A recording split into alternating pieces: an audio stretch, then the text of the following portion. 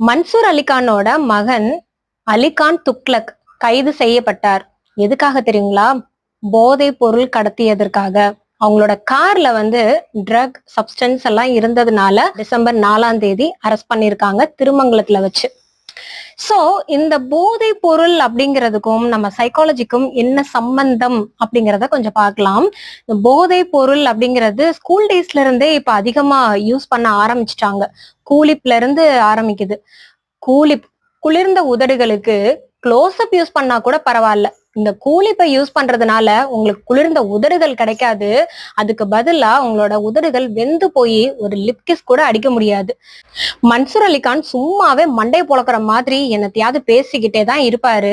ஆனா இப்போ அவரோட பையன் கார்ல இந்த மாதிரி பொருட்கள்லாம் இல்லவே இல்லை, நீங்க பாத்தீங்களா ஆச்சா அபுச்சா அப்படின்னு சொல்லிட்டு மைக்க புடிச்சு பேச ஆரம்பிச்சுட்டாரு. ஆனா காவல்துறை தன் கடமையை செஞ்சு